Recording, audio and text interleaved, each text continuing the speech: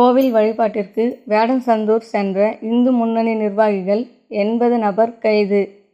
7/3/2025 திண்டுக்கல் அபிராமி அம்மன் கோவில் வழிபாட்டிற்கு வேடசந்தூர் சென்றிருந்த இந்து முன்னணி நிர்வாகிகள், பக்தர்கள், பெண்கள் ஆகிய 80 நபர்களை கைது செய்து அராஜக போக்கினை கண்டித்து 8/3/2025 அன்று மாலை 5 மணி முதல் 6:30 மணி வரை கடலூர் மஞ்சக்குப்பம் தலைமை தபால் நிலையம் அருகில் ஆர்ப்பாட்டம் நடைபெற்றது.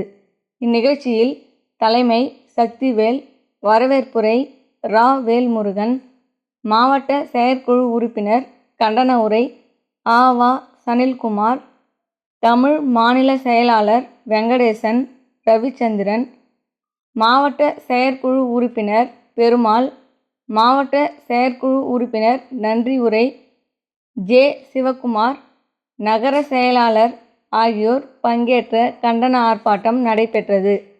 அனுமதி மறுக்கப்பட்டதால் கடலூர் புதுநகர் காவல் ஆய்வாளர் அனைவரையும் கைது செய்து தனியார் மண்டபத்தில் அடைத்து வைத்தனர்.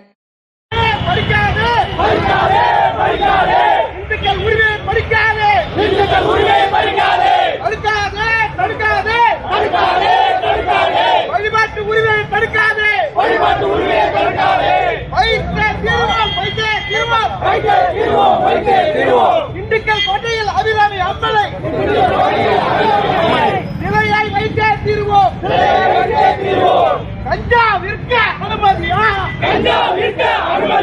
கடவுளை கும்பிட தடையா? கஞ்சா விற்க அனுமதியா? கடவுளை கும்பிட அடக்குமுறையா? சட்டம் ஒழுங்கு சந்தி சிரிக்குது. சாமி கும்பிட போல அரசு தடுக்குது.